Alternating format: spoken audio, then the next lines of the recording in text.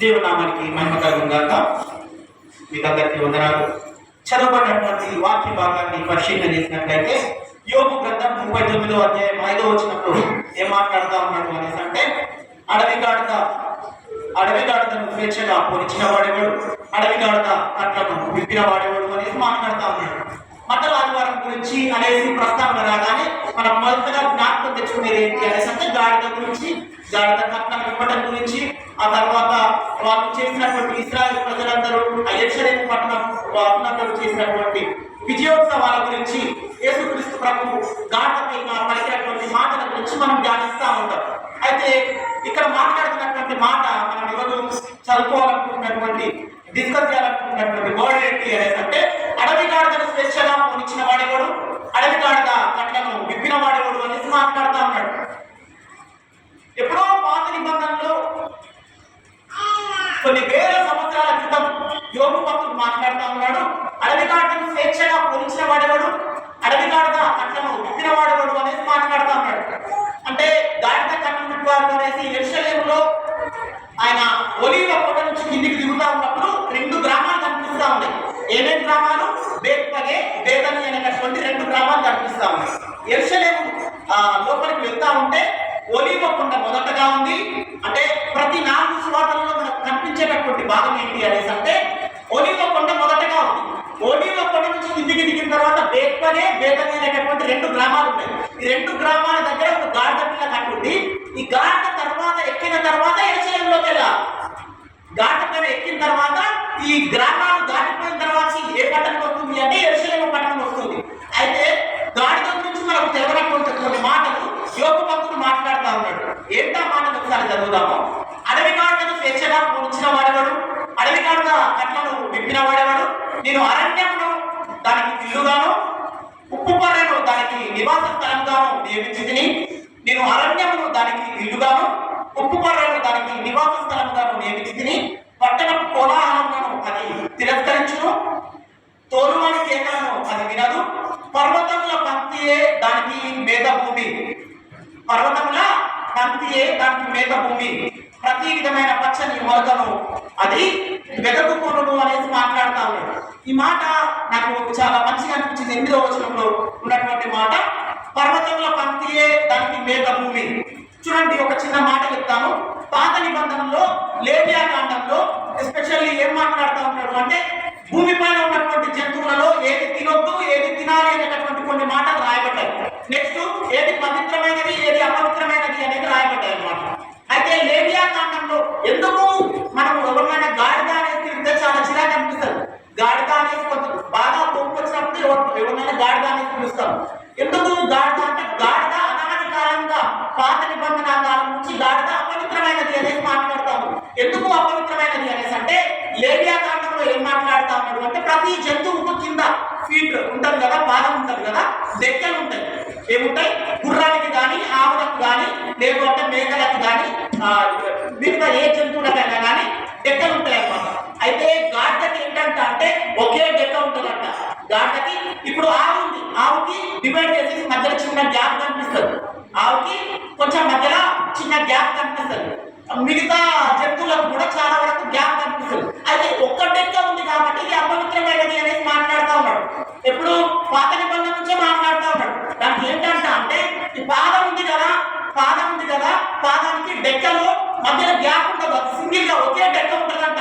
అందుకోసం అది పాత నిబంధన కొన్ని వేల సంవత్సరాల నుంచి, యేసుక్రీస్తు పుట్టక ముందు నుంచి, మోషే కాలం నుంచి అది అపవిత్రమైనది. మోషే కాలం నుంచే అది అపవిత్రమైనది.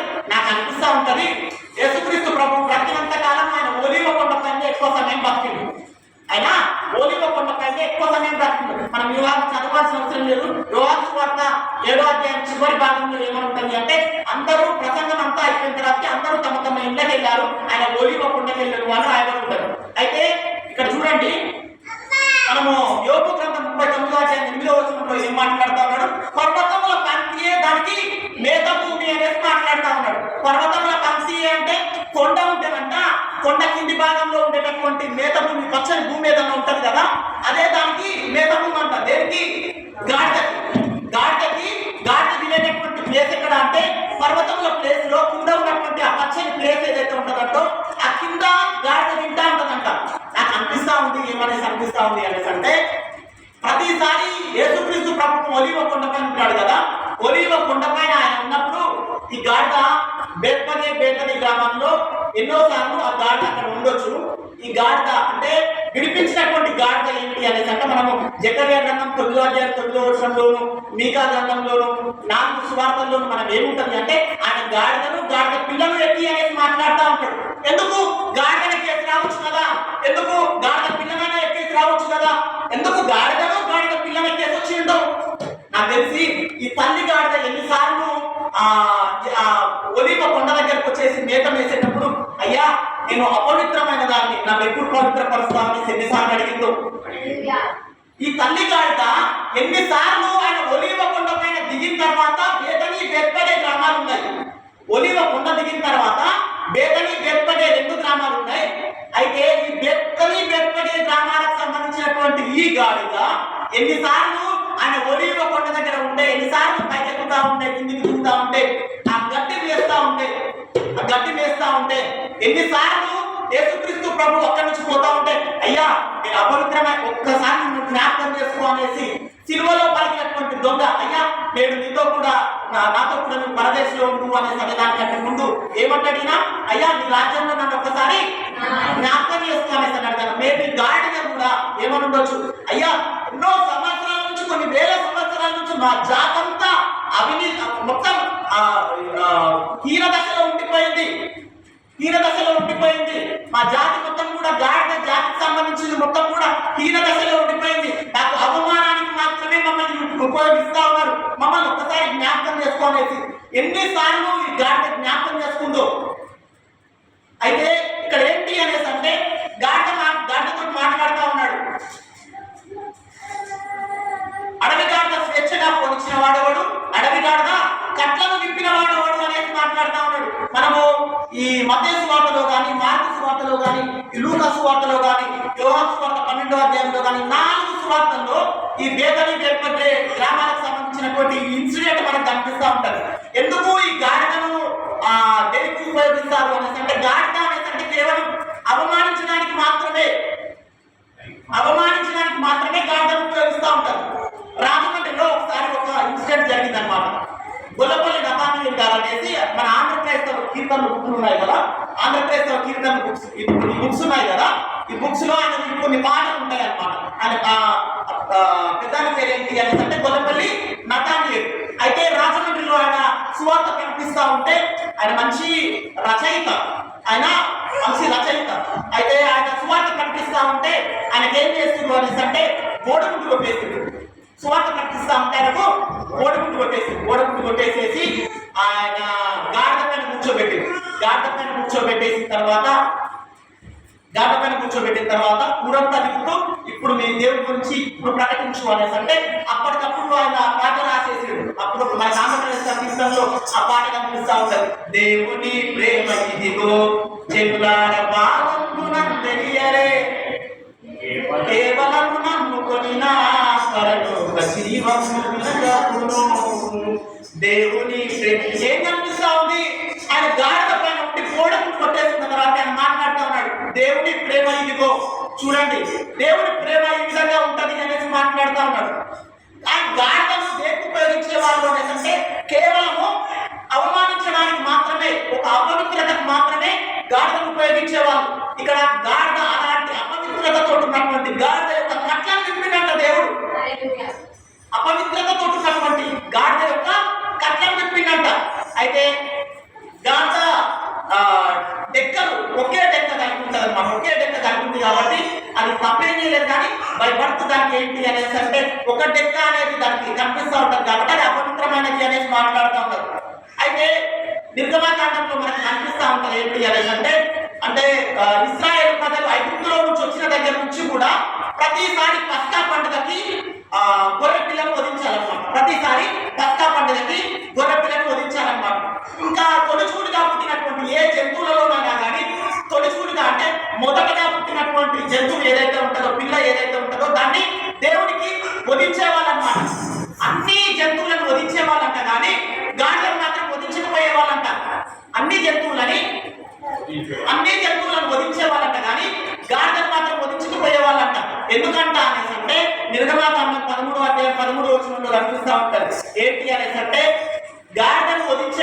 ఏం చేసేవాళ్ళంట అంటే గాడిదకు ప్రతిగా వెల ఇచ్చి ఒక గొర్రె పిల్లను కొనేసి తీసుకొని వచ్చేసి గొర్రె పిల్లను వధించేవాళ్ళంట. గాడిదకు ప్రతిగా ఒక గొర్రె పిల్లను తీసుకొని వచ్చేసి గొర్రె పిల్లను వధ ఇచ్చేసేసి గాడిదకు తప్పించేవాళ్ళంట. ఇక్కడ కూడా ఏంటి అనేసి అంటే ఆ గాడిద కోసం ఒక గొర్రె పిల్ల బలైంది. సిలువలో ఏం జరిగింది అనేసి అంటే ఆ గాడిద కోసం ఒక గొర్రె పిల్ల బలైంది. అందుకోసం యోహాను సువార్త 1:29 మాట్లాడుతూ ఉంటాడు, ఇదిగో లోక పాపమును మోసుకొని పోవచ్చున్నా దేవుని గొర్రె పిల్ల అనేసి మాట్లాడతాం. లోక పాపము మొత్తమే కాదు, గాడిద యొక్క అపవిత్రత కూడా మోసుకొని వెళ్ళినట్ట. లోక పాపములు మాత్రమే కాదు, గాడిద యొక్క అపవిత్రత కూడా మోసుకొని తీసుకొని వెళ్తా ఉన్నాడంట. గాడిద యొక్క అపవిత్రత లోక పాపమును మోసుకొని పోవచ్చినటువంటి దేవుని గొర్రె పిల్ల అనేసి మాట్లాడుతూ ఉన్నాడు. లోక పాపమును మోసుకొని పోవచ్చున్నా దేవుని గొర్రె పిల్ల అనేసి మాట్లాడుతున్నారు. నిజంగా చెప్పాలి అంటే ఎవరినన్నా తేలిక చేయడానికి, అవమానించడానికి మాత్రమే గాడిదను జనరల్గా ఉపయోగిస్తూ ఉంటారు. ఇప్పుడు మనం ఇంతసేపు చాలా ఊరు మొత్తం ఇలా తిరిగేసి వచ్చాం, మటన్ పట్టుకొని ఊరు మొత్తం తిరిగేసి వచ్చాం. మరి మటన్ పట్టుకొని వెళ్ళేటప్పుడు గాడిద ఉండాలి కదా, మటన్ పట్టుకొని వెళ్ళేటప్పుడు గాడిద ఉండాలి కదా. గాడిద తీసుకొని వెళ్తే ఇంకా మటన్ పట్టుకొని తీసుకొని వెళ్తా ఉంటేనే చాలా మంది మనం చాలా వెరైటీగా వింతగా చూస్తూ ఉంటారు. ఊరంతా తెలియని వాళ్ళు చాలా వింతగా చూస్తూ ఉంటారు. ఇంకా గాడిద పిల్లని పట్టుకొని వెళ్తా ఉంటే ఇంకా వెరైటీగా చూస్తూ ఉంటారు అనమాట. ఎందుకు మనకు దాన్ని పట్టుకొని దాని పక్కన నిలబడాలి లేదంటే ఒక లైన్ ఉందనుకో, లైన్ పక్కన ఫోటో దిగిరనుకో ఏం చేస్తాం, ఇమీడియట్ గా నెక్స్ట్ డేనే మంచిగా ఫోటో పెట్టుకుంటాం. గాడిద పక్కన నిలబడవాలన్న ఫోటో పెట్టుకుంటారా? గాడిద పక్కన నిలబడవాలన్న ఫోటో పెట్టుకుంటారు. ఎందుకు? అది అవమానంగా ఫీల్ అవుతాం, అది అవమానంగా ఫీల్ అవుతాం. అవమానంగా ఫీల్ అయ్యే దాన్ని దేవుడు ఘనహీనమైన దాన్ని ఘనంగా మార్చిందన్నమాట. దేవుడు హీనమైన వాటిని మాత్రమే ఆయన తీసుకుంటా ఉన్నాడు. అది ఏమంటా ఉంటాడు అనేసి అంటే నేను మట్టిలో నుంచి పెద్ద కుప్పలో నుంచి పడిన వాడిని నేను లేవనెత్తాను అనేసి మాట్లాడుతూ ఉంటాడు. సమయాల గ్రంథంతో మాట్లాడుతూ ఉంటాడు. ఏమని అనేసి అంటే నేను మట్టిలో నుంచి పెద్ద కుప్పలలో నుంచి పడి ఉన్న వాడిని నేను లేవనెత్తి సింహాసనం పైన కూర్చోబెడతాను అనేసి మాట్లాడుతూ ఉంటాడు. దేవుడు నామానికి కలుగుతాడు. ఇది చెప్తా ఉంటే ఒక మాట గుర్తొస్తా ఉంది. 1979 1979 సంవత్సరం ఆగస్టు 13వ తారీఖు 1979 ఆగస్టు 13వ తారీఖు లీసా తాలేకర్ అనేసి ఒక అమ్మాయి పాప పుట్టింది. 1979 సంవత్సరం ఆగస్టు 13వ తారీఖు ఒక పాప పుట్టింది. ఆ పాప పేరు లీసా తాలేకర్. అమ్మాయిని మహారాష్ట్ర పట్టణంలో అమ్మాయి పుట్టింది, మన ఇండియాలోనే. అమ్మాయిని ఏం చేసింది అంటే ఆడపిల్ల కదా, ఆడపిల్ల కాబట్టి అమ్మాయిని ఏం చేసింది అంటే చెత్తపుట్టలో వేసింది. అమ్మాయిని ఎక్కడ వేసారు? చెత్తపుట్టలో వేసారు. ఎందుకు? ఆడపిల్ల అనేసి అంటే వద్దు అనేసి అవమానంగా భారంగా ఉన్నాయి. అమ్మాయిని చెత్తపుట్టలో వేసారు. చెత్తపుట్టలో వేస్తే కొంతమంది చూసేసి అక్కడ ఉన్నటువంటి ఒక సోషల్ వెల్ఫేర్ ఒక డిపార్ట్మెంట్ కి ఇన్ఫార్మ్ చేస్తే, వాళ్ళు ఇంకొకరికి ఇన్ఫార్మ్ చేస్తే అమ్మాయి కొన్ని రోజుల తర్వాత అనాథాశ్రమంకి వెళ్ళిపోయింది. ఒక 5 సంవత్సరాల వయసు అమ్మాయికి వచ్చిన తర్వాతకి అమ్మాయిని ఏం చేశారు అనేసి అంటే ఫారెన్ నుంచి ఒకరు ఇక్కడికి వచ్చిన వాళ్ళు అమ్మాయిని అడాప్ట్ చేసుకున్నారు, దత్తత తీసుకున్నారు. ఎక్కడికి వెళ్ళిపోయింది అంటే అమ్మాయి ఆస్ట్రేలియాకి వెళ్ళిపోయింది. ఆస్ట్రేలియాకి వెళ్ళిపోయిన తర్వాత అమ్మాయి కొన్ని సంవత్సరాల తర్వాత ఏమైంది అంటే ఆస్ట్రేలియా క్రికెట్ టీమ్ కి కెప్టెన్ అయింది. ఆస్ట్రేలియా క్రికెట్ టీమ్ కి అమ్మాయి కెప్టెన్ అయింది. మీకు వండర్ ఏంటి అనేసి అంటే అమ్మాయి ఆస్ట్రేలియా టీమ్ కి క్రికెట్ కెప్టెన్ అయిన తర్వాత అమ్మాయి 2013 లో ఒక వరల్డ్ కప్, ఒక ప్రపంచ కప్పు గెలిపించేసి ఆస్ట్రేలియాకి ఇచ్చింది. ప్రపంచ కప్పు గెలిపించేసి ఆస్ట్రేలియాకి ఇచ్చింది. ఆస్ట్రేలియాకి ఇవ్వడం మాత్రమే కాదు, ఆ ఏడాది ఆమె జాతీయంగా అంటే అంతర్జాతీయంగా ఉత్తమ మహిళా క్రికెటర్ అవార్డు పొందుకుంది. ఎక్కడ పుట్టింది? చెత్త కుప్పలో దొరికినటువంటి అమ్మాయి ఎక్కడికి వెళ్ళింది? ప్రపంచంలోనే ఆమె లాంటి క్రికెటర్ లేదు అనేసి ప్రపంచం మొత్తం గుర్తించే విధంగా వెళ్ళిపోయింది. దేవుడు ఏం చేస్తా ఉంటాడు అనేసి అంటే మనుషులందరికీ భారంగా ఉన్నవాడిని, మనుషులందరికీ అవమానంగా ఉన్నవాడిని దేవుడు ఏం చేస్తాడు అనేసి అంటే ఘనంగా ఎంచుకుంటాడంట. మనుషులందరికీ అవమానంగా ఉన్న లీసా తాలేకర్ని దేవుడు ఏం చేసిండు అనేసి అంటే ప్రపంచంలోనే ఒక ఉత్తమ మహిళా క్రికెటర్ గా, ఒక ప్రపంచ కప్ అమ్మాయి అందించినటువంటి క్రికెటర్ గా అమ్మాయిని ఎంచుకున్నాడు. దేవుడు నామానికి మహిమ కలుగుగాక. అంటే హీనమైనటువంటి బ్రతుకులు ఆయనకు ఎంతో ఇష్టం. హీనమైనటువంటి బ్రతుకులు ఆయనకు ఎంతో ఇష్టం. ఆయన ఏమంటూ మాట్లాడుతూ ఉన్నాడు అనేసి అంటే మట్టిలో నుంచి పెట్ట కుప్పలలో నుంచి లేవనెత్తి వారిని సింహాసనం పైన కూర్చోబెడతాము అనేసి మాట్లాడుతూ ఉన్నాడు. మట్టిలో నుంచి పెట్ట కుప్పలలో నుంచి లేవనెత్తి ఆయన సింహాసనం పైన కూర్చోబెడతాను అనేసి మాట్లాడుతూ ఉన్నాడు. చెప్తా ఉంటే ఒక మాట గుర్తొస్తా ఉంది. నాకు బాగా కావాల్సినటువంటి ఒక పర్సన్ తను 7వ నెలలో పుట్టిందంట. తను 7వ నెలలో పుట్టిందంట. 7వ నెలలో పుడితే హెల్తీగా ఉంటారు కదా, చాలా వరకు చనిపోయే ఛాన్సెస్ ఉన్నాయి అనేసి, ఇంకా అందులో ఆడపిల్ల అనేసి చనిపోయే ఛాన్స్ ఉంది అనేసి తీసుకొని వెళ్ళేసి ముందర మంటి పెంట కుప్ప టైప్లో ఉంటే పెంట కుప్ప దగ్గర పడుకోబెట్టిందంట. ఎవరు? వాళ్ళ అమ్మ నిద్రపోతా ఉందంట. వాళ్ళ అమ్మమ్మ, ఆ పాప వాళ్ళ అమ్మమ్మ తీసుకొని వెళ్ళేసి పెంట కుప్ప దగ్గర పడేసిందంట. వాళ్ళ మమ్మీ లేవగానే ఏం చేసిందంట అంటే ఏది నా బిడ్డ అనేసి వెతుక్కొని ఇమ్మీడియట్ గా వెళ్ళేసి ఎక్కడ అనేసి వాళ్ళ మమ్మీని అడిగే వరకు ఎట్లా చనిపోతుంది ఆ పాప, ఎట్లా 7వ నెలలో పుట్టింది, చనిపోతుంది, ఆ పాప పెద్ద హెల్తీగా లేదు, ఇంకా అందులో ఆడపిల్ల ఎందుకు బ్రతుకదో మళ్ళీ మన ఇబ్బంది అవుతుంది అనేసి నేనే ఇప్పుడు పెంట కుప్ప దగ్గర పడే ఇట్లా పెట్టేసిన, చనిపోతే ఒకవేళ పూర్తి చేసేద్దాము అనేసి అన్నారంట. చనిపోతే ఒకవేళ పూర్తి చేసేద్దాము అనేసి అనే వరకు వెంటనే తల్లి మనసు కదా ఇమ్మీడియట్ గా పరిగెత్తుకుంటూ వెళ్ళేసి అమ్మ నా బిడ్డ అనేసి తీసుకొచ్చుకున్నాడు. తీసుకొచ్చుకున్న తర్వాత అమ్మాయిని పెద్ద చేసిరంట. పెద్ద చేసిన తర్వాత వివాహం చేసిరంట. వివాహం చేసిన తర్వాత ఆమె ఒక మంచి కమ్యూనిటీ హెల్త్ ఆఫీసర్ అయింది. ఒక మంచి కమ్యూనిటీ హెల్త్ ఆఫీసర్ అయిందంట. ఆమె కుమారుడిని సేవకుని చేసింది, భర్తను సేవకుని చేసింది. ఆమె కుమారుడిని సేవకుని చేసింది, భర్తను సేవలోకి తీసుకొని వచ్చింది. ఆమె ఎవరో కాదు మా అమ్మ. ఆమె ఎవరో కాదు మా అమ్మ. మా అమ్మ పుట్టినప్పుడు అంట 7వ నెలలో పుట్టింది అనేసి తీసుకొని వెళ్ళేసి వాళ్ళ అమ్మమ్మ పెద్ద కుప్ప దగ్గర పడేసిందంట, చనిపోతుంది అనేసి. అందుకోసం ఏమైంది అంటే మా మమ్మీ వాయిస్ అనేది పోయిందన్నమాట. ఆ టైంలో పోయింది. కానీ పెద్ద కుప్ప దగ్గర నుంచి తీసుకొని వచ్చేసి ఒక మట్టిలో నుంచి తీసుకొచ్చాను నా బిడ్డను అనేసి మా మమ్మీకి వాళ్ళ మమ్మీ ఏం పేరు పెట్టుకుంది అనేసి అంటే మాణిక్యం అని పెట్టుకుంది అన్నమాట. ఏం పేరు పెట్టుకుంది అంటే మాణిక్యం. మట్టిలో నుంచి తీసుకొని వచ్చాము అనేసి మాణిక్యం అని పెట్టుకుంది. కానీ దేవుడు ఏం చేశాడు అనేసి అంటే ఎక్కడో పెద్ద కుప్ప దగ్గర చనిపోయేటటువంటి పర్సన్ని, ఎక్కడో మట్టిలో చనిపోయేటటువంటి పర్సన్ని దేవుడు తీసుకొని వచ్చాడు. దేనికి? ఆయన ఒక ప్రణాళిక వేరే ఉంటది, మనుషుల ప్రణాళిక వేరే ఉంటది, ఆయన ప్రణాళిక వేరే ఉంటది. మనుషుల ఊహ కంట దేవుడి యొక్క ప్రణాళిక అందదంట. మనుషుల ఊహకి, మనుషుల ప్రణాళికకి దేవుడి ప్రణాళిక ఎంత మాత్రమూ అందదంట. రీచ్ అవ్వలేనటువంటి ప్రణాళిక ఉంటదంట. రీచ్ అవ్వలేనటువంటి ప్రణాళిక ఉంటదంట. ఇక్కడ కూడా గాడిద యొక్క స్థితి ఏ విధంగా ఉంది అంటే హీనమైన స్థితి. గాడిద యొక్క స్థితి హీనమైన స్థితి. ఎంత హీనమైన స్థితి అంటే జంతువులలో ప్రతి జంతువు తొలిచూలి పిల్లని దేవుడి కోసం వధిస్తే గాడిదను వధించడానికి కూడా సరిపోయినటువంటి హీనమైన స్థితి అంట. నార్మల్ గా అపవిత్రమైన స్థితి ఊరికి అవతల ఎక్కడో బయట ఉంటది, పర్వతాల దగ్గర ఉంటది అనేసి అంటే పర్వాలేదు, సరే ఎక్కడో ఒక దగ్గర బ్రతుకుతా ఉంది అనేసి అనుకోవచ్చు. దేవుడి కోసం వధింపబడలేనటువంటి స్థితి అంట గాడిదది. దానికి మారుగా ఒక గొర్రె పిల్లను వధించాలంట. దానికి మారుగా ఒక గొర్రె పిల్లను వధించాలంట. ఎక్కడో అరణ్యంలో మురికి గుంటల్లో హీన స్థితిలో ఉండేటటువంటి గాడిద స్థితి ఒకసారి యేసుక్రీస్తు ప్రభు గాడిద పైన తర్వాత దాని స్థితి మారిపోయింది. ఒకసారి యేసుక్రీస్తు ప్రభు గాడిద పైన తర్వాత దాని స్థితి మారిపోయింది. చూడండి, ఇప్పుడు గాడిదను దేనికి ఎక్కువగా ఉపయోగిస్తారు అంటే బరువులు మోయడానికి ఎక్కువగా ఉపయోగిస్తారు. ఇంకా ఎక్కువగా ఏంటి అంటే దోబీ గట్ల దగ్గరికి బాగా పాత బట్టలన్నీ దానిపైన వేసేసి బట్టలు ఉతకడానికి దాన్ని తీసుకొని వెళ్తారు. ఎలాంటి బట్టలు? మార్చిపోయినటువంటి బట్టలన్నీ ఉతకడానికి దానిపైన వేసుకొని తీసుకొని వెళ్తారు. ఎప్పుడైతే యేసుక్రీస్తు ప్రభు గాడిద యొక్క కట్లు విప్పిండో దానిపైన ఏం వేసిరంట? వస్త్రాలు వేసిరంట. దానిపైన ఎక్కడో ఇంట్లో ఉన్నటువంటి బీరువాలలో నుంచి వస్త్రాలు తీసుకొని వచ్చేసి దానిపైన వేసేసిరంట. దాని ముందు పూలు చల్లుతా ఉన్నారంట. దాని స్థితి మారిపోయింది. ఎందుకు? యేసుక్రీస్తు ప్రభు దాని కట్లను విప్పేసిండు. మన హీన స్థితిలో మనం బ్రతికినా కానీ ఒక్కసారి యేసుక్రీస్తు ప్రభు మన కట్లను విప్పితే అన్ని రోజులు పాత జీవితం ఉన్నా కానీ మన స్థితిని, హీన స్థితిని మారుస్తున్నంట దేవుడు.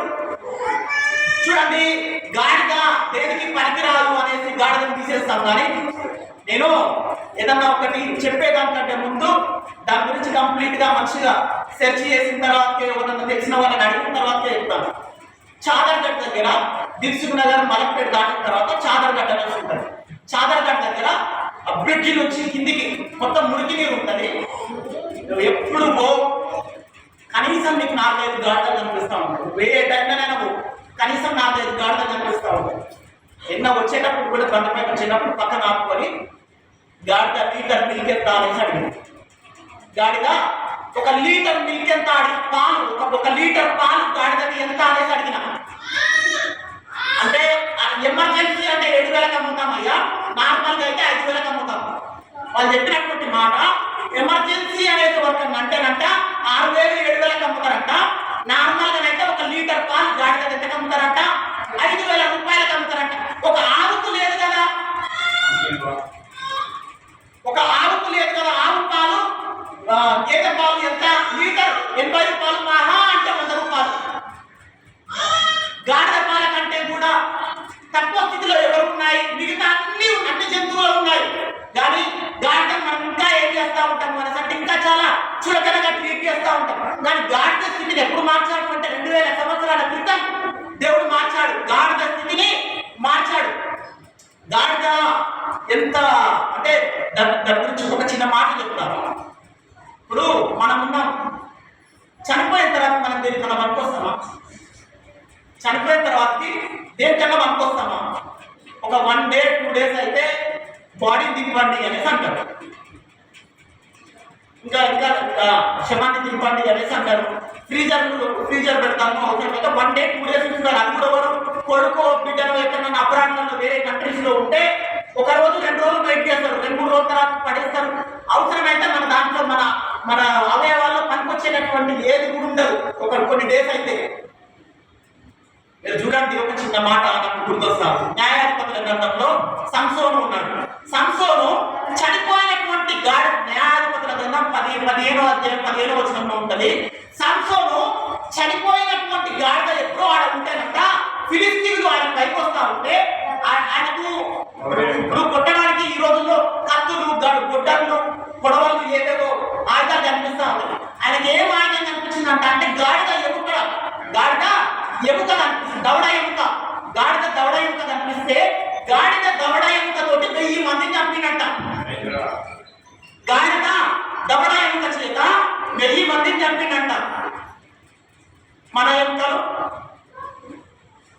ఎముకలు ఊరికే వాటర్లో ఇట్లా జారి పడితే తిరిగిపోయే ఎముకలు. మనకు ఊరికే వాటర్లో ఇట్లా జారి పడితే తిరిగిపోయేటటువంటి ఎముకలు. గాడిద ఎంత బలమైన జంతువు కాబట్టి అంత బరువును మోస్తున్నారు. అంత బలమైన జంతువు కాబట్టి ఎంత బరువు వేసినా కానీ మోస్తా ఉంటారు. దాని ఎముక చేత, గాడిద దవడ ఎముక చేత ఒక 1000 మంది ఫిలిస్తీయులను చంపినట్ట.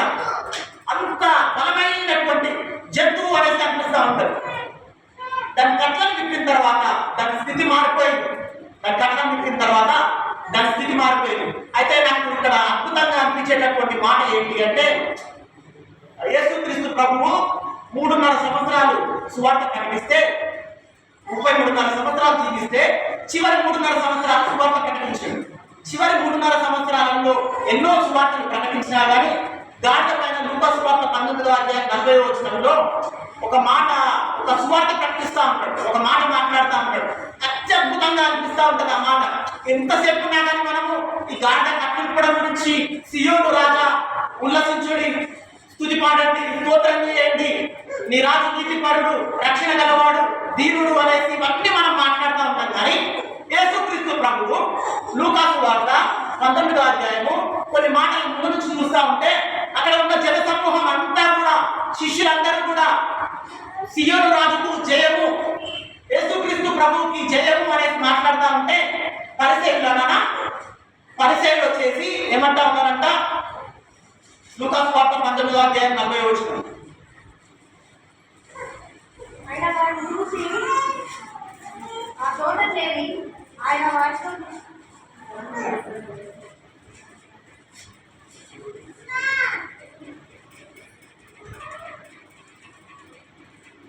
లూకా సువార్త 19వ అధ్యాయం 40వ వచనం. దానికంటే ముందు జరిగినటువంటి మాట ఏంటి అనేసి అంటే, అందరంతా స్తోత్రం చేస్తా ఉంటే ఆ సమూహంలో ఉన్న కొందరు పరిసయ్యులు, బోధకుడా నీ శిష్యులను ఈ జన సమూహంలో గద్దించుము అనేది చెప్పగా ఆయన ఏమంటా ఉన్నాడంట అంటే, వాళ్ళందరినీ చూసేసి మీరు స్తుతించడం మానేస్తే, మీరు స్తోత్రం చేయడం మానేస్తే, మీరు ఆరాధించడం మానేస్తే ఈ రాళ్ళు కేకలు ఇస్తాయి అంటున్నాడు. ఏమంటా ఉన్నాడు? మనం స్తుతించకుండా మన నోరు ఏదో పెరుకాలు పెట్టుకున్నట్టు నోరు పూసేసుకుంటేనంట ఏం స్తుతిస్తా ఉంటుందంట, నీ వల్ల స్తుతించడం కాకపోతే నీ దేవుడిని స్తుతిస్తా ఉంటుందంట. రాయి ఏమంటా ఉంటుందంట, బయట ఉన్నటువంటి రాళ్ళు దేవుడిని స్తుతిస్తాయంట. నీ వల్ల కాకపోతే, నువ్వు నోరు తిరగకపోతే, నువ్వు స్తుతించలేకపోతే నేను స్తుతిస్తాను అనేసి మాట్లాడుతా ఉందంట రాయి. ఈ రాళ్ళు దేవుణ్ణి స్తుతిస్తాయి. ఆయన వారిని చూసి వీరు ఊరకుండిన ఎడల ఈ రాళ్ళు కేకలు వేయండి అనేసి మీతో చెప్తున్నాము అనేసి మాట్లాడుతా ఉన్నాడు. మీరు ఊరకుంటే, మీరు మాట్లాడకుండా ఉంటే ఈ రాళ్ళు దేవుణ్ణి స్తుతిస్తాయి అనేసి మాట్లాడుతా ఉన్నాడు. హబక్కూకు గ్రంథంలో 2వ అధ్యాయం 11వ వచనంలో మాట్లాడుతూ ఉంటాడు. రాళ్ళంట మాట్లాడుతూ ఉన్నాయంట. ఇక్కడ నుంచి దూలాలు ఉంటాయి కదా, పాదాలలో దూలాలు పెట్ట కర్రలు ఉంటాయి కదా, ఆ దూలాలు వాటి ఇట్లా వేస్తూ ఉన్నాయంట. హబక్కూకు గ్రంథంలో మాట్లాడుతూ ఉన్నాయి. రాళ్ళు మాట్లాడుతూ ఉన్నాయంట. రాళ్ళు మాట్లాడిన దానికి పక్క నుంచి ఇక్కడ నుంచి దూలాలు మాట్లాడుతూ ఉన్నాయంట. రాళ్ళు మాట్లాడుతూ ఉంటే ఒక నుంచి దూలాలు మాట్లాడుతూ ఉన్నాయి అనేది మాట్లాడుతూ ఉన్నాడు. మనము అంటే మనం స్తుతించకుండా మానేస్తే, మనం స్తుతించడం మానేస్తే దేవుడు ఏం చేస్తా ఉంటాడంట అంటే ప్రకృతి దేవుడిని స్తుతిస్తూ ఉంటుందంట. మనం స్తుతించడం మానేస్తా ఉంటే ప్రకృతి ఏం చేస్తూ ఉంటుందంట అంటే దేవుడిని స్తుతిస్తూ ఉంటుందంట. యోహాను సువార్త 12:16 వచనంలో ఇదే బేతనీ గ్రామంలో ఆయన గాడిద పైన తీసుకొని వెళ్తా ఉంటే, ఎందుకు ఈ గాడిద పైన వస్తా ఉన్నాడు అనేసి అనుకుంటా ఉంటే, ఎందుకు ఈ గాడిద పైన వస్తా ఉన్నాడు అనేసి అనుకుంటా ఉంటే శిష్యులు మర్చిపోయారంట. ఆయనతో పాటు ఉన్నటువంటి 12 మంది శిష్యులు గ్రహింపలేదంట. కానీ పాత నిబంధనలో ఉన్నటువంటి ప్రవచనం ఏదైతే ఉందో అక్కడ ఉన్నటువంటి జన సమూహం గుర్తుపట్టాలంట. పాత నిబంధనలో ఉన్నటువంటి ప్రవచనం ఏంటా ప్రవచనము, నీ రాజు నీతిపరుడును, ఆయన రక్షణ గలవాడును అయ్యుండి దీనుడు అయ్యుండి గాడిద పిల్లను ఎక్కేసి వస్తాడు అనేసి ఉంది కదా. అందుకోసం ఆయన ఏం చేస్తా ఉన్నాడు అనేసి అంటే గాడిద ఎక్కేసి వస్తా ఉన్నాడు అనేసి శిష్యులు గ్రహించలేకపోయినట్ట. మనం ఏం చేస్తా ఉంటాం అనేసి అంటే క్రైస్తవులు కదా, క్రైస్తవులు ఏంటి అనేసి అంటే మనము వెంటనే గ్రహించడానికి, స్తుతించడానికి కొంచెం సిగ్గుపడతా ఉంటాం. నాకు మనీ మనం ఫోన్ చేసినప్పుడు మనీ లేచి నిలబడ్డాను ఒకసారి, అటు మళ్ళీ ఒకసారి అడుగుతాను. మనీ నాకు 2 days బ్యాక్ ఫోన్ చేసి ప్రేయర్ రిక్వెస్ట్ కోసం ఫోన్ చేసినప్పుడు మనీ నీకు ఇష్టమైతే నువ్వు ప్రతి సండే చర్చ్కి వస్తావు కదా నాన్న, నీకు ఇష్టమైతే దేవుని నమ్ముతా ఉన్నావు అంటే నమ్ముతా ఉన్నాను అన్నయ్య అంటే, నీకు ఇష్టమైతే మీ ఇంట్లో కూడా ఒకసారి మాట్లాడి పేరెంట్స్కి కూడా ఇష్టమైతే నీకు ఓకే అనుకుంటే ఈస్టర్ సండే రోజు బాప్తిస్మాలు ఇస్తారు, నీకు ఇష్టమైతే తీసుకో అనేసి అంటే, అన్న నేను ఖచ్చితంగా తీసుకుంటానన్నా, ఏ రోజు ఇస్తారో చెప్పండి, నేను దేవుడి కోసం నిలబడాలన్నా, నా జీవితం దేవుడి కోసం. వాళ్ళ ఇంట్లో అడిగిన తర్వాత చెప్పమ్మా అంటే ఈరోజు మార్నింగ్ 10 గంటలకు ముందే అమ్మాయి వచ్చి అమ్మాయి అన్నది ఏమన్నారంటే, అన్న నేను మా ఇంట్లో అడిగాను బాప్తిస్మం తీసుకోమనేసి అన్నారు, నాకు బాప్తిస్మం ఏ రోజు ఇస్తున్నారో చెప్పండి అన్న, నేను తీసుకుంటాను. బై బర్త్ క్రిస్టియన్స్ మాత్రమే క్రిస్టియన్స్ బాప్తిస్మం తీసుకోవడానికి సిగ్గుపడేవారము, బాప్తిస్మం తీసుకోవడానికి భయపడేవారము, దేవుని సువార్త ప్రకటించడానికి భయపడే వాళ్ళము, ఒక వాట్సాప్ లో ఒకటి వాక్యం షేర్ చేయడానికి భయపడే వాళ్ళము, క్రిస్టియన్ అని చెప్పుకోవడానికి భయపడే వాళ్ళం.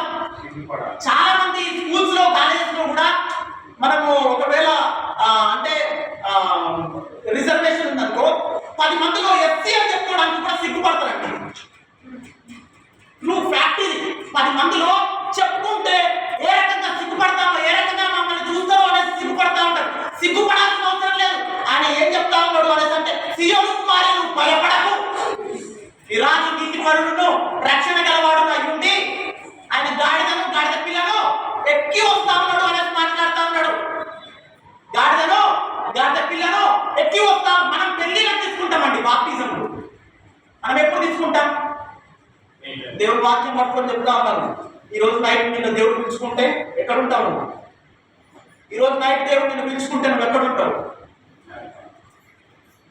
నాకు ఇంకా నేను ఆ రకమైనటువంటి వాక్యం నేను నేర్చుకోలేదు, కానీ నేర్చుకోవాలనేసి నాకు ఎంతో ఆశ ఉంది.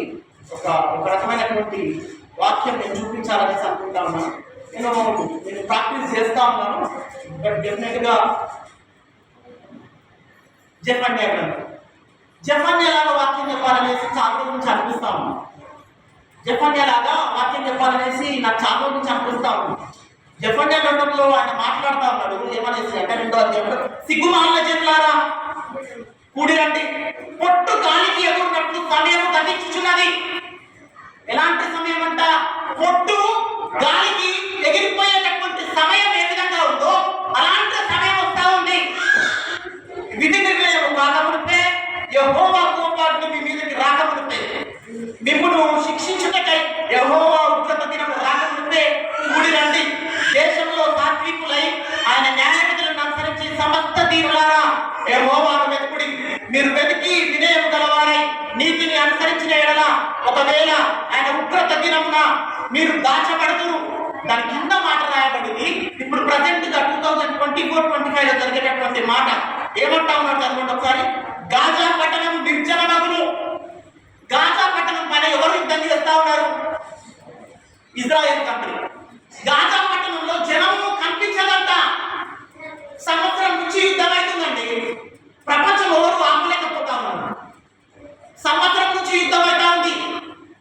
ప్రపంచం ఎవరు కూడా ఆపలేకపోతా ఉన్నారు.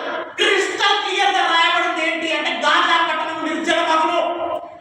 నిర్జనము అంటే జనము లేనటువంటి పట్టణము. గాజా పట్టణము నిర్జనమగును అనేది మాట్లాడుతూ ఉంది బైబిల్.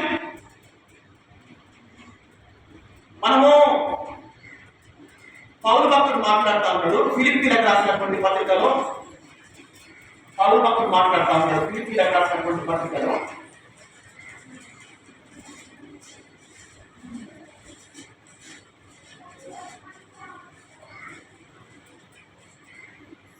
మూడవ అధ్యాయము 7వ వచనంలో, అయినను ఏవేవి నాకు లాభకరంగా ఉండెనో వాటిని క్రీస్తు నిమిత్తము నష్టముగా ఎంచుకుంటుని. ఆయనకంతా లాభముగా ఉన్నటువంటి అన్ని కూడా ఆయన పొందవలసిన అన్ని కూడా ఆయన ఏం చేసుకున్నాడంట అంటే నష్టంగా చేసుకొని వదిలేసుకున్నాడంట. పౌలు భక్తులు మాట్లాడుతూ ఉన్నాడు, ఏవేవి నాకు క్రీస్తు నిమిత్తము లాభమగునో అవన్నిటిని కూడా నేను నష్టంగా ఎంచుకున్నాను. మనం ఏం చేస్తూ ఉంటాము అనేసి అంటే, ఇప్పుడు మనము కొంచెం వాక్యం చెప్పాలి అనేసి అంటే, దేవుడి కోసం నిలబడాలి అంటే బాగా వయసు వచ్చిన తర్వాత రావాలయ్యా. బాగా వృద్ధాప్యం అయిపోతుంది కదా. వృద్ధాప్యం అయిపోయిన తర్వాత దేవుడి సన్నిధిలో అప్పుడు ఇంకా ఏం పర్లేదు.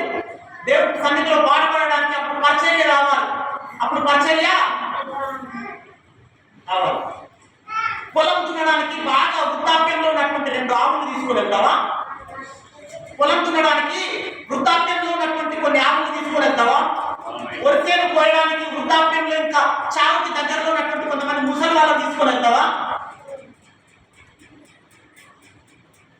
ఒక ఉద్యోగానికి కూడా రిటైర్మెంట్ ఎక్కడ? 60-62. ఎందుకు? ఆ తర్వాత వాళ్ళు బ్రతికే ఉన్నారు కదా. ఎందుకు వాళ్ళకి రిటైర్మెంట్ ఇస్తారు? వాళ్ళకి వయసు వచ్చింది, ఇంకా వాళ్ళు పనిచేసి దానికంటే కూడా రెస్ట్ తీసుకోవడం ఉత్తమము అనేసి గవర్నమెంట్ ఏం చేస్తూ ఉంటుంది అంటే వాళ్ళకి రిటైర్మెంట్ ఇస్తూ ఉంటారు. రిటైర్ అయిన తర్వాత ఇక్కడ ఏదో వచ్చేసి ఏదో మాట్లాడతాను, నేనేదో మాస్టర్ అవుతాను, లేకపోతే నేనేదో సేవ చేస్తాను అంటే అప్పటి వరకు బ్రతుకుండకపోవడము అనేది ఎవరికి తెలుసు? బ్రతుకుండడము బ్రతికి లేకపోవడము అనేది ఎవరికి తెలుసు? శిష్యులైతే మర్చిపోయారంట. కానీ అక్కడ ఉన్నటువంటి జనాలందరూ కూడా ఏం చేస్తా ఉన్నారంట? సాక్ష్యం చెప్తా ఉన్నారంట. అక్కడ ఉన్న జనాలందరూ కూడా ఏం చేస్తా ఉన్నారంట? సాక్ష్యం చెప్తా ఉన్నారంట. అందుకోసం శిష్యులు యేసుక్రీస్తు ప్రభువుని సిలువ వేస్తా ఉంటారు. శిష్యులందరూ కూడా పారిపోయారు. 12 మంది శిష్యులు వెళ్ళిపోయారు. దేవుడు వాక్యం చెప్తా ఉన్నాడు. మొదటి వారు కనపడి వారు, ఊరు కనపడి వారు. అయ్యా ఎన్నడూ వాళ్ళను చర్చిలో చూడలేదు. అసలు మేము రెగ్యులర్గా పోయే వాళ్ళము, మేము రెగ్యులర్గా చర్చ్ కోసం ఏదేదో చేసేవాళ్ళము. వాళ్ళు ఇక్కడికి వచ్చింది ఏంటి అనేసి అంటే దేవుడు వాక్యం చెప్తా ఉన్నాడు. మొదటి వారు కనపడి వారు, ఊరు కనపడి వారు, మొదటి వారు. అది నేను క్రిస్టియన్ ఫ్యామిలీలో ఉంటాను, క్రిస్టియన్ పేరు నాది, నేను ఆదివారం ఆరాధన చేసేవాడిని, ఆదివారం వాక్యం చెప్పేవాడిని అనేసి అంటే దేవుడు వాక్యం చెప్తా ఉంది. ఎవరో నాకు తెలియదు అనేసి మాట్లాడుతూ ఉన్నాను. ఆదివారం వాక్యం చెప్పేవాడిని అయ్యా, నేను ఆదివారం వాక్యం చెప్పేవాడిని, ఎవరో నాకు తెలియదు అనేసి మాట్లాడతాను. జనులు సాక్ష్యం చెప్తా ఉన్నారంట. శిష్యులు మర్చిపోయారంట, శిష్యులు నిశ్శబ్దం అయిపోయారంట. కానీ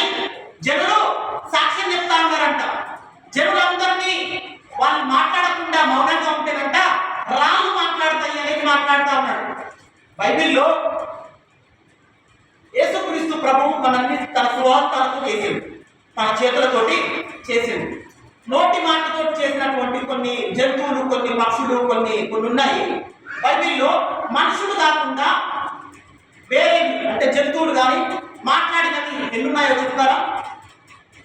మనుషులు కాకుండా మాట్లాడినటువంటి జంతువులు ఎన్నున్నాయి?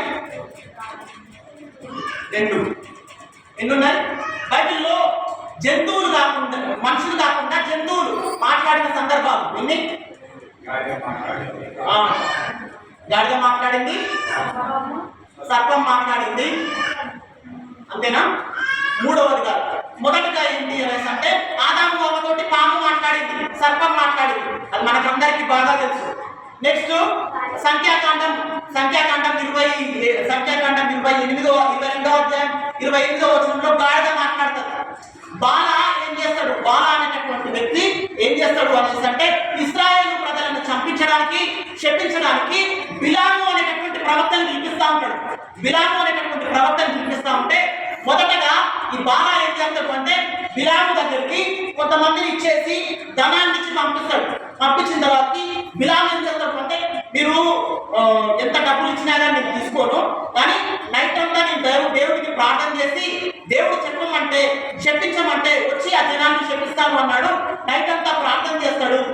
బిలాముకి దేవుడు ఏం చెప్తాడు అంటే వాళ్ళు ఏ రకంగా వచ్చారో ఆ రకంగా వెళ్ళిపోమను, ఇశ్రాయేలు ప్రజలు నా ప్రజలు అనేసి అంటాడు దేవుడు. బిలాము బయటకు వస్తాడు.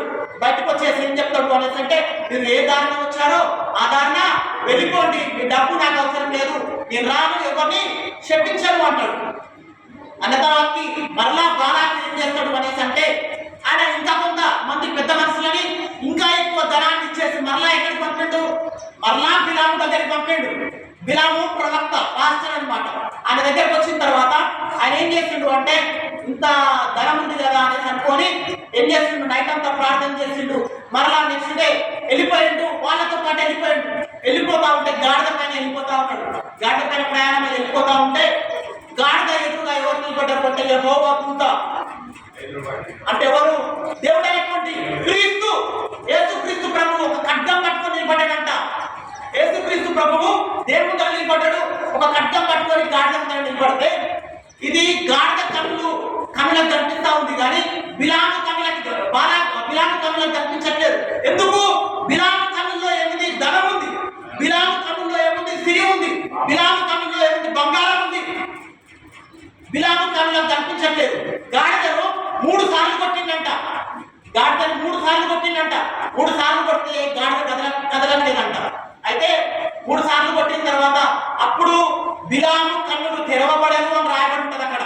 బిలాము కన్నులు తెరవబడను అనేది ఉంటుంది. బిలాము కన్నులు తెరవబడిన తర్వాత అప్పుడు గాడిదకు దేవుడు ఏం చేసిందంట? నోరిచ్చిందంట. గాడిద ఫస్ట్ మాట్లాడినటువంటి మాటలు ఏంటి తెలుసా? రాజుతో అంటా ఉందంట గాడిద నోరిచ్చిన తర్వాత, రాజా నువ్వు ఏ రోజు ఎక్కడికి పోమంటే అక్కడికి నీతో పాటు ప్రయాణం వెళ్ళిపోయాను కదా, ఏ రోజు ఎక్కడికి వెళ్దాము అనేసి అంటే అక్కడికి నేను తీసుకొని వెళ్ళాను కదా, ఈ రోజు నేను సడన్ గా ఆగిపోయాను, ఆగిపోతే ఎందుకు ఆగిపోయావు అనేసి అనుకోవాలి కానీ నువ్వు నన్ను 3 మార్లు కొట్టావు. ఏమంటా ఉంది? నువ్వు 3 సార్లు నన్ను ఎందుకు కొట్టావు రాజా? గాడి అడుగుతా ఉంది, నువ్వు 3 సార్లు నన్ను ఎందుకు కొట్టావు? అక్కడ అద్భుతమైన మాట రాయబడి ఉంటుంది అక్కడ. దాని గురించి ఏ రోజున చేద్దాం, ప్రసంగం చేద్దాము. గాడిద అంట బాట నడిచేటటువంటి మార్గము వదిలిపెట్టి పచ్చటి భూమిలోకి వెళ్ళిపోయింది అని రాయబడి ఉంటుంది. పచ్చటి భూమిలోకి మార్నింగ్ ఆ మాట చదువుతా ఉంటే చాలా అద్భుతంగా అనిపించింది. పచ్చటి భూమిలోకి వెళ్ళిపోయిందంట. అయితే 3 మార్లు నన్ను కొట్టావు, 3 సార్లు నన్ను కొట్టావు అనేది మాట్లాడుతూ ఉందంట. గాడిదకు అక్కడ నోరిచ్చాడు. 3వది ఎవరు? పక్షిరాజు. సెర్చ్ చేసావా? Very good. ఆతని వారు ఉంటారన్న. Very good. అయితే 3వది ఎవరు అనేసి అంటే పక్షిరాజు. పక్షిరాజు ఎక్కడ మాట్లాడింది? ప్రకటన గ్రంథం 8వ అధ్యాయంలో మాట్లాడుతూ ఉంటారు. ప్రకటన గ్రంథం 8వ అధ్యాయంలో ఏం జరుగుతూ ఉంటుందంట అంటే 7 దూతలు నిలబడుంటాయంట. 7 దూతలు నిలబడుంటే 7 దూతలు పరలోకంలో నిలబడినప్పుడు అవి ధూపాన్ని పట్టుకొని ఆయన పరలోకంలో నిలబడినప్పుడు ఆ దూతలు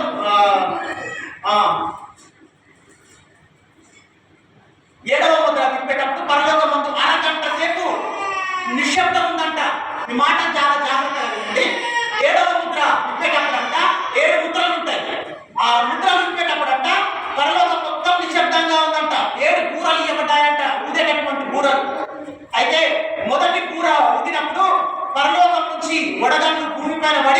భూమి మూడవ కాలం నాశనం అయిపోతుందంట. భూమి మూడవ కాలం నాశనం అయిపోతుందంట. ఆ తర్వాత రెండవ కుండ పుట్టినప్పుడు అగ్ని చేత మండుచున్న పెద్ద కుండ వంటి ఒక సముద్రంలో పడుతుందంట. అగ్ని చేత మండుచున్నటువంటి ఒక కుండ, పెద్ద కుండ వచ్చేసి సముద్రంలో పడినప్పుడు సముద్రంలో మూడవ కాలం నాశనం అయిపోతుందంట. చేపలు అనేక జలచరాలు చనిపోతాయంట. నెక్స్ట్ మూడవ దూత పుట్టినప్పుడు ఆకాశం నుంచి ఒక నక్షత్రం పడుతుందంట. ఆకాశం నుంచి ఒక నక్షత్రం పడుతుందంట. నక్షత్రం పేరు మాచిపత్రి అనేటటువంటి ఒక నక్షత్రం పడుతుందంట. దేవుడు వాక్యం ఏదో నార్మల్గా అల్లా తప్పగా మాట్లాడినటువంటి మాటలు కాదు. ఆయన వాక్యం ఎంత క్లియర్గా ఉంది అంటే ఆ నక్షత్రం పేరుతో సహా చెప్తా ఉన్నాడు.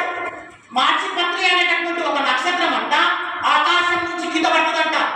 మాచిపత్రి అనేటటువంటి ఒక నక్షత్రము ఆకాశం నుంచి కింద పడ్డప్పుడు నీళ్లు మొత్తం భూమిపైన చేదైపోతాయంట. ఇవి జరిగేటటువంటి సంఘటనలు.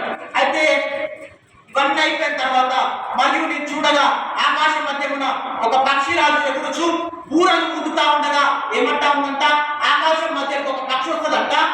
చూడండి, ఆ బూరలు ఊదుతా ఉన్నప్పుడు ఈ పక్షి అంటదంట, అయ్యో అయ్యో లోక నివాసులారా, అయ్యో అయ్యో అనేటటువంటి స్వరము ప్రపంచం మొత్తం వినిపిస్తుందంట. ఇక్కడ చెప్తా ఉంటే ఒక మాట అనిపిస్తా ఉందన్న, ఏంటి అంటే మొదటగా సర్పం మాట్లాడింది కదా, మొదటగా సర్పం మాట్లాడింది. సర్పం మాట్లాడినప్పుడు అనేసి అంటే ఆది మానవులైనటువంటి ఆదాము హవ్వ మాత్రమే విన్నారు వాయిస్. సర్పం యొక్క మాట ఆదాము హవ్వ మాత్రమే విన్నారు. రెండవసారి గాడిద మాట్లాడినప్పుడు రాజు మాత్రమే విన్నాడు, ఆ ప్రవక్త మాత్రమే విన్నాడు. బిలాము అనేటటువంటి ప్రవక్త మాత్రమే ఆ గాడిద యొక్క స్వరం విన్నాడు. ఆదాము హవ్వ సర్పం మాట్లాడినప్పుడు సర్పం మాటనే విన్నారు. బిలాము గాడిద మాట్లాడినప్పుడు ఆయన కన్నులు తెరవబడిన తర్వాత అప్పుడు ఆయన తప్పు తెలుసుకున్నాడు. మూడవ మాట స్వరం ఏంటంట అంటే ప్రపంచం మొత్తం వినబోతా ఉన్నారంట. ఎవరు మాట్లాడితే ఆకాశంలో ఒక పెద్ద పక్షి వస్తుందంట.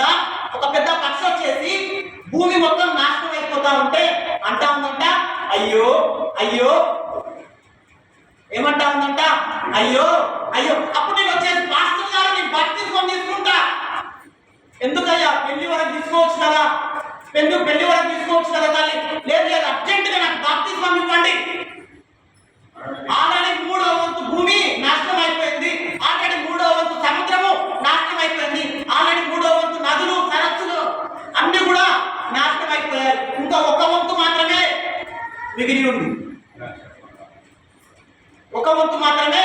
మీ పక్షిరాజు అంటా ఉందంట, అయ్యో అయ్యో అనేది మాట్లాడుతూ ఉందంట. అయ్యో అయ్యో అనేది మాట్లాడుతూ ఉందంట. పిల్లరా, గాడిద కట్లు విప్పిన తర్వాత దాని స్థితి మారింది, బ్రతుకు మారింది. మన కట్లు 2000 సంవత్సరాల క్రితం విప్పాడు. 2000 సంవత్సరాల క్రితం విప్పాడు దేవుడు. స్థితి మారలేదు, బ్రతుకు మారలేదు. స్థితి మారలేదు, బ్రతుకు మారలేదు. ఇంకా చెప్పాలి అనేది నాకు ఒకసారి అనిపిస్తూ ఉంది, గాడిదకు ఇంకొకసారి స్వరం ఇచ్చేసి భూమిపైకి పంపితే బాగుంటేమో అనిపిస్తూ ఉంటారు. గాడిదకు ఇంకొకసారి స్వరం ఇచ్చేసి భూమిపైకి పంపిస్తే ఇంకొకసారి స్వరం ఇస్తే గాడిద ఏమంటారు తెలుసా, ఒక 2000 సంవత్సరాల క్రితం నా కట్లు విప్పితే హీనమైనటువంటి నా స్థితిని ఘనమైన స్థితిగా మార్చాడు. పాత బట్టలు మురికి బట్టలు వేసేటటువంటి నా స్థితి, నా పైన రక్షణ వస్త్రం వేశారు ప్రజలందరూ. దేనికి పనికిరానటువంటి నా జీవితాన్ని బలమైన స్థితిలోకి మార్చాడు. అనారోగ్య స్థితిలో ఉన్నప్పుడు నా మిల్క్ తాగుతారు ప్రతి ఒక్కరు అనేది మాట్లాడుతుంది గాడిద. కానీ మీకు అట్లెందుకయ్యా, మీరు ఇంకా 2000 సంవత్సరాలైనా కానీ విప్పుకోలేకపోతా ఉన్నారు అనేసి అంటారు. మీకు అట్లెందుకు 2000 సంవత్సరాలైనా కానీ ఎందుకు విప్పుకోలేకపోతా ఉన్నారు, ఎందుకు విప్పుకోలేకపోతా ఉన్నారు అనేసి మాట్లాడుతూ ఉంది. పిల్లారా, గాడిద అనొచ్చు, మీరు మీ స్థితి మీరు ఘనంగా ఉన్నారు అనేసి అనుకుంటా ఉన్నారు, కానీ మీరు హీనంగా ఉన్నారు. నేను హీనంగా ఉన్నాను అనేసి మీరు అనుకుంటా ఉన్నారు, కానీ నేను ఘనంగా ఉన్నాను. గాడిద అనుకుంటా ఉన్నారు. మీరు ఘనంగా ఉన్నారు అనేసి అనుకుని మీరు మంచి బట్టలు వేసుకున్నారు, కానీ మీరు చాలా హీనంగా ఉన్నారు. అయ్యా, నేను ఇంకా మురికి బట్టలు మోస్తా ఉన్నాను. నేను ఘనంగా మారి 2000 సంవత్సరాలు అవుతా ఉంది. నేను ఘనంగా మారి 2000 సంవత్సరాలు అవుతా ఉంది. హల్లెలూయా. అయితే యేసుక్రీస్తు ప్రభువు ఒక అద్భుతమైనటువంటి మాట మాట్లాడుతూ ఉంటాడు. చూడండి, మార్కు సువార్త అనుకుంటా చిన్న మాట చెప్పేసి నేను ముగిస్తాను. మనము బర్త్ క్రిస్టియన్స్ కాబట్టి మనము ఒక్కొక్కసారి అనుకోవచ్చు, కానీ యేసుక్రీస్తు ప్రభువు అంటే బేతనీ గ్రామాల్లో మండల ఆదివారం ఇది జరిగిన తర్వాత సోమవారం ఒక ఉపమానం చెప్తాడు యేసుక్రీస్తు ప్రభువు, మంగళవారం రోజు ఒక ఉపమానం చెప్తాడు, బుధవారం రోజు ఒక ఉపమానం చెప్తాడు, గురువారం రోజు శిష్యులతో కలిసేసి ఆయన ప్రభురాత్రి భోజనము జరుగుతుంది, శుక్రవారం రోజు 7 మాటలు మాట్లాడతాడు, శనివారం రోజు మహావిశ్రాంతి దినం ఉంటుంది, ఆదివారం రోజు పునరుత్థాన దినం ఉంటుంది. అయితే సోమవారం మాట్లాడినటువంటి ఒక చిన్న మాట, అంటే రేపటి దినం మాట్లాడేటటువంటి ఒక చిన్న మాట నేను చూపించి ముగిస్తాను. నేను చూడండి, మార్కు సువార్త 11వ అధ్యాయము, మార్కు సువార్త 11వ అధ్యాయము 17వ వచనం చూద్దాం. మరియు ఆయన బోధించు, నా మందిరము సమస్తమైన అన్యజనులకు ప్రార్థనా మందిరం అనబడును. ఎవరికంట ప్రార్థన మందిరము? సమస్తమైన అన్యజనుల కంట ప్రార్థనా మందిరము అనేసి అంటున్నాడు. సమస్తమైన అన్యజనులకు ప్రార్థనా మందిరం అనబడును అనేసి మాట్లాడుతూ ఉన్నాడు. బైబిల్ పట్టుకుని వెళ్తా ఉన్నారు, వాళ్ళు ఇట్లా ఉన్నారు, వాళ్ళు అట్లా ఉన్నారు, వీళ్ళ స్థితి మారలేదు, అది మారలేదు అనేసి మన గురించి చూడని అనుకోవచ్చు, లేకపోతే ఇంకొకరి గురించి అని మనం అనుకోవచ్చు. కానీ దేవుని వాక్యం ఏమంటా ఉంది అనేసి అంటే ఇది ఎవరి కోసం అనేసి అంటా అంటే పాపుల కోసమే, అన్యజనుల కోసమే దేవుని మందిరం అంట. పాపుల కోసం, అన్యజనుల కోసమే దేవుని మందిరం అంట. యేసుక్రీస్తు ప్రభువు లూకా సువార్త 7వ అధ్యాయంలో ఒక పరిసయ్యుని ఇంటికి భోజనానికి వెళ్తాడు. ఒక పరిసయ్యుని ఇంటికి భోజనానికి వెళ్ళినప్పుడు ఆ ఊరిలోనే పాపాత్మురాలైనటువంటి ఒక స్త్రీ ఉంటుంది. ఆమె గురించి అలానే రాయబడి ఉంటుంది. ఊరిలోనే పాపాత్మురాలనే స్త్రీ ఉంటుంది. ఆమె ఆయన దగ్గరకు వచ్చేసి ఆ పాదాలు కడుగుతా ఉంటుంది.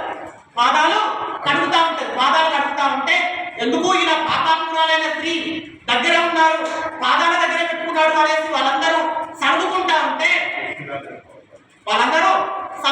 ఉంటే ఆయన అంటా ఉన్నాడు, ఈమె విస్తారంగా ప్రేమించను కనుక ఈమె విస్తారమైన పాపములు క్షమించబడ్డాయి. ఏం మాట్లాడుతా ఉన్నారు అంటే విస్తారంగా ప్రేమించను కనుక ఈమె విస్తారమైన పాపములు క్షమించబడ్డాయి అనేసి మాట్లాడుతా ఉన్నాడు. లూకా సువార్త 19వ అధ్యాయంలో ఒకటి ఏం జరుగుతుంది అనేసి అంటే అక్కడ ట్యాక్స్ కలెక్ట్ చేసేటటువంటి ఒక జక్కయ్య అనుకుంటాడు. సుంకం కలెక్ట్ చేసే అంటే 10 రూపాయల మిత్తి, 5 రూపాయల మిత్తి కలెక్ట్ చేసేటటువంటి జక్కయ్య అనేటటువంటి ఒక వ్యక్తి ఉంటాడు. ఆయన అక్రమంగా ప్రతి ఒక్కరి దగ్గర వడ్డీ కలెక్ట్ చేసేదంట. అయితే ఆయన ఏం చేసిండు అనేసి అంటే యేసుక్రీస్తు ఎవరో చూడాలనేసి ఆశపడ్డాడు. యేసుక్రీస్తు ఎవరో చూడాలనేసి ఆశపడ్డ తర్వాత ఆ మేడి చెట్టు దగ్గరకు వచ్చిన తర్వాతకి జక్కయ్య దిగిరా అనేసి అంటాడంట యేసుక్రీస్తు ప్రభు. జక్కయ్య దిగిరా అనేసి అనే వరకు ఆయన ఏం చేస్తాడంట, జక్కయ్య దిగేసి కిందికి వచ్చాడంట. దిగి కిందికి వచ్చిన తర్వాత 5వ వచనం, యేసు ఆ చోటుకు వచ్చినప్పుడు కనులెత్తి చూచి జక్కయ్య త్వరగా దిగుము, నేడు నేను నీ ఇంట ఉండవలసి ఉన్నది అని అతనితో చెప్పగా అతడు త్వరగా దిగి సంతోషంతో ఆయనను చేర్చుకొనెను. ఏదో నార్మల్గా చేర్చుకోలేదంట, సంతోషంతో ఆయనను చేర్చుకొనెను. అందరూ అది చూచి ఈయన పాపి అయిన మనుషుని యొక్క బస చేయ వెళ్ళనని చాలా సనుకుకొనిరి. ఇది మనుషుల స్వభావం. ఏం చేస్తా ఉన్నారంట, ఈయన పాపి అయినటువంటి సుంకముకు తాదారుడైనటువంటి జక్కయ్య ఇంటికి భోజనానికి వెళ్తా ఉన్నాడు. సనుకుకొనిరి అని రాయబడలేదాడా, చాలా సనుకుకొనిరి. ఇది మనుషుల నైజం. 2000 సంవత్సరాల నుంచి కట్లు విప్పినా కానీ ఈ కట్టు మాత్రం మనం విప్పుకోలేకపోతా ఉన్నాం. సనుకునేటటువంటి నైజము ఏంటి అంటే ఒళ్ళంతా కట్టు, ఆ కట్టు కట్టబడింది. ఒళ్ళంతా కూడా ఏంటి అంటే ఆ కట్లతోటి కట్టబడిందంట. సనుకోవడం అనేది మనిషి యొక్క నైజం. మోషే ఇశ్రాయేలు ప్రజలను నడిపిస్తా ఉంటే మోషే పైన ఎవరు సనుక్కున్నారు? ఇశ్రాయేలు ప్రజలు సనుక్కున్నారు. సరే, ఇశ్రాయేలు ప్రజలు సనుక్కున్నారు. అన్ని రోజులు వాళ్ళకి మాంసం తినేది, ఇలా ఉండేది, అలా ఉండేది, మేము అరణ్యంలో ఇబ్బంది పడతా ఉన్నాము అనేసి సనుక్కున్నారు. కానీ మోషే పైన ఎవరు సనుక్కున్నారు? సొంత అక్క సనుక్కుంది, సొంత అన్న సనుక్కున్నారు. ఎవరిపైన? మోషే పైన. ఎవరు సనుక్కున్నారు? సొంతం అక్క, సొంతం అన్న. సనుక్కోవడం అనేది మనిషికి ఆ కట్లు ఇంతవరకు విప్పుకోలేకపోతా ఉన్నారనమాట. ఏం మోషే పైన మిర్యాము అహరోను ఇద్దరు కూడా సనుక్కుంటా ఉంటే వారికి దేవుడు ఏం గిఫ్ట్ ఇచ్చాడు? కుష్ఠరోగం ఇచ్చాడు. మీరు నా ప్రవక్త అయినటువంటి నేను నియమించుకున్నటువంటి ఈ 40 లక్షల మంది పైన నియమించుకున్నటువంటి నాయకుడిగా నియమించుకున్నటువంటి మోషే పైన మీరు సనుక్కున్నారు కాబట్టి మీకు కుష్ఠరోగం ఇస్తా ఉన్నారు అనేసి అన్నాడంట. ఇమ్మీడియట్ గా అహరోనుకి మిర్యాముకి ఏమొచ్చింది? కుష్ఠవ్యాధి వచ్చింది. ఇమ్మీడియట్ గా అహరోనుకి మిర్యాముకి ఏమొచ్చింది? కుష్ఠవ్యాధి వచ్చింది. అలా మనకు అలాంటి అనేసి అంటే మనం ఎన్ని సనుక్కొని ఉండొచ్చు మన జీవితంలో, మనం ఎన్ని సనుక్కొని ఉండొచ్చు. అంతసేపు అక్కడనే అందరం కూర్చొని ఉంటాము. అక్కడ నుంచి ఒక వ్యక్తి వెళ్ళిపోతా ఉంటే ఆ వ్యక్తి గురించి ఏం చేస్తారు? అక్కడ ఉన్న వాళ్ళందరూ సనుక్కుంటారు.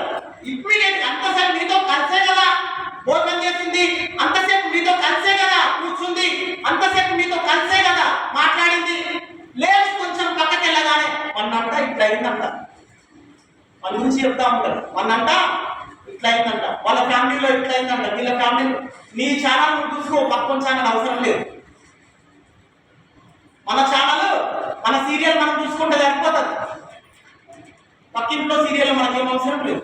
ఈ సనుక్కోవడం అంట, ఆపుకోవాలంట, చాలా సనుక్కునేది. కానీ ఏం జరిగింది తెలుసా? జక్కయ్య పైన మనుషులందరూ చాలా సనుక్కున్నారు, కానీ కింద ఒక మాట రాయబడి ఉంటుంది. జక్కయ్య దగ్గర యేసుక్రీస్తు ప్రభు ఏమంటాడు తెలుసా? నేడే నీ ఇంటికి. మరి అన్ని రోజులు యేసుక్రీస్తు ప్రభుతో జనసమూహం అందరూ కలిసి రండి రండి అనేసి పాటలు పాడుకుంటూ తిరిగింది కదా, వాళ్ళకి మాట మాట్లాడలేదు.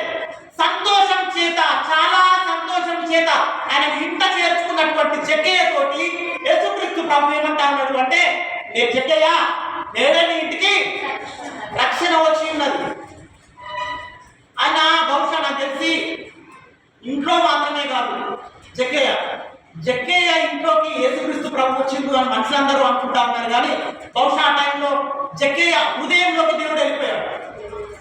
జక్కయ్య హృదయంలోకి దేవుడు వెళ్ళిపోయాడు. అందుకోసం ఆ సంతోషము అనేది ఆయన లోపల కనిపిస్తా ఉంది. ఆ సంతోషము అనేది ఆయన లోపల కనిపిస్తా ఉంది. కాబట్టి హృదయ అంతరంగంలో ఎరిగినటువంటి దేవుడు కాబట్టి ఆయన ఏమంటా ఉన్నాడు? జక్కయ్య నేడే నీ ఇంటికి రక్షణ వచ్చింది. ప్రియులారా, 2000 సంవత్సరాల క్రితం మనుషులందరి కట్లను విప్పాడు, మనుషులందరి పాపంలో అడిగేశాడు.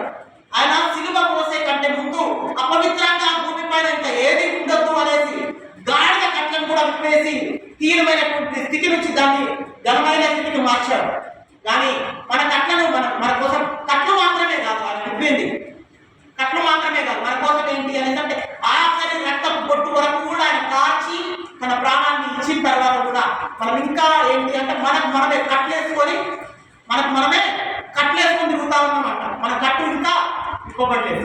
ఇంకా కనుక్కునేటటువంటి కట్లు, ఇంకా తిట్టుకునేటటువంటి కట్లు, ఇంకా ఒకరిని ఓర్వలేనటువంటి కట్లు, ఇలాంటి కట్లు ఉంటే మనము ఇంకా విప్పేసుకుంటే కనీసం గాడిద బ్రతుకున్నటువంటి ఆ స్వేచ్ఛ బ్రతకైనా కానీ అడవి గాడిద కట్లు విప్పిన వాడవాడు, అరణ్యంలో అడవి గాడిద కట్లు విప్పిన వాడవాడు అని దేవుడు వాక్యం మాట్లాడుతూ సిలువ పైన మన కట్లను విప్పిన వాడవాడు, సిలువ పైన మన కట్లను విప్పిన వాడవాడు. మన కట్లు ఈ రోజు నుంచైనా మన జీవితంలో నుంచి తీసుకున్నట్లయితే దేవుడు గాడిద ఇచ్చినటువంటి బ్రతుకు, స్వేచ్ఛ బ్రతుకు మనకు దేవుడు అనుగ్రహించుగా చిన్న మనం ప్రార్థన చేసుకుందాం. మహాపరిశుద్ధుల మహోన్నతుడైన ప్రేమ కలిగిన నిన్న నేడు రేపు దేని ఉన్నటువంటి మా ప్రియ